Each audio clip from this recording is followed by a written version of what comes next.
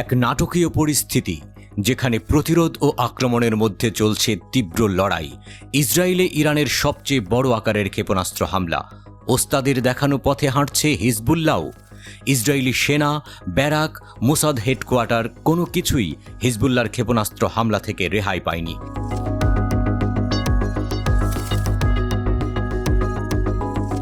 এই হামলায় হিজবুল্লাহ ব্যবহার করেছে কাতিউশা রকেট, ড্রোন, ফালাক 2 এবং ফালাক 4 ক্ষেপণাস্ত্র।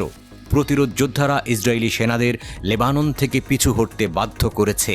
ইরানের হামলার মাঝেই ইসরায়েলের নরক নামিয়ে এনেছে হিজবুল্লাহ। ইসরায়েলের আকাশে ক্ষেপণাস্ত্রের বৃষ্টি। একদিনেই ইসরায়েলে মোট 16টি হামলা করার দাবি করেছে হিজবুল্লাহ।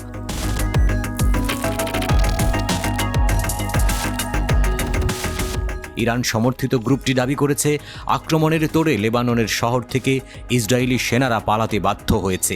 হিজবুল্লাহ জানিয়েছে, দক্ষিণ লেবাননের শহর উডেইসাতে প্রবেশের সময় ইসরায়েলি সেনারা বাধার মুখে পড়ে। হিজবুল্লাহর বিবৃতিতে বলা হয়েছে, শতুলা এবং মাতলা সাইটে কামানের গোলা ছুঁড়েছে তারা। মাতলা সেটেলমেন্টে ইসরায়েলি সেনারা জড়ো হয়েছিল, ঠিক তখনই রকেট হামলা চালায় হিজবুল্লাহ। ওদিকে আভিভিমেও ইসরায়েলি সেনাদের সমাবেশে কামানের গোলা ছোড়ে প্রতিরোধ যোদ্ধারা। সকালের দিকে রোশপিনা সেটেলমেন্টকে টার্গেট করে হিজবুল্লাহ, আর দোভেব ব্যারাক কেঁপে ওঠে ফালাক 2 ক্ষেপণাস্ত্রের আঘাতে।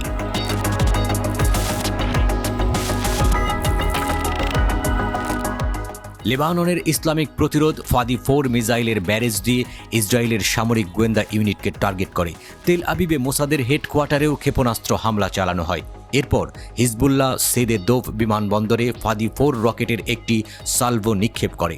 তেল আবিবের কাছে এই বিমান ঘাঁটিটি ইসরায়েলি সরকার সামরিক ও বেসামরিক উভয় উদ্দেশ্যে ব্যবহার করে।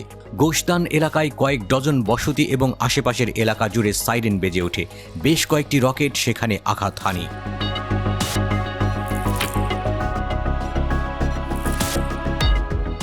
হিজবুল্লাহ যোদ্ধারা ইলানিয়া ঘাঁটিতে রকেটের একটি সালভো নিক্ষেপ করে। তাবারায়া হ্রদ এবং দখলকৃত শহরের মধ্যবর্তী স্থানের অবস্থানগুলোতেও সুনির্দিষ্ট হামলা চালায়।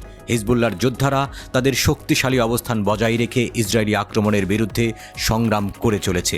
তারা ফ্রন্ট লাইনে থেকে ইসরায়েলি স্থলবাহিনীর বিরুদ্ধে সুনির্দিষ্ট হামলা চালাতে সক্ষম হয়েছে।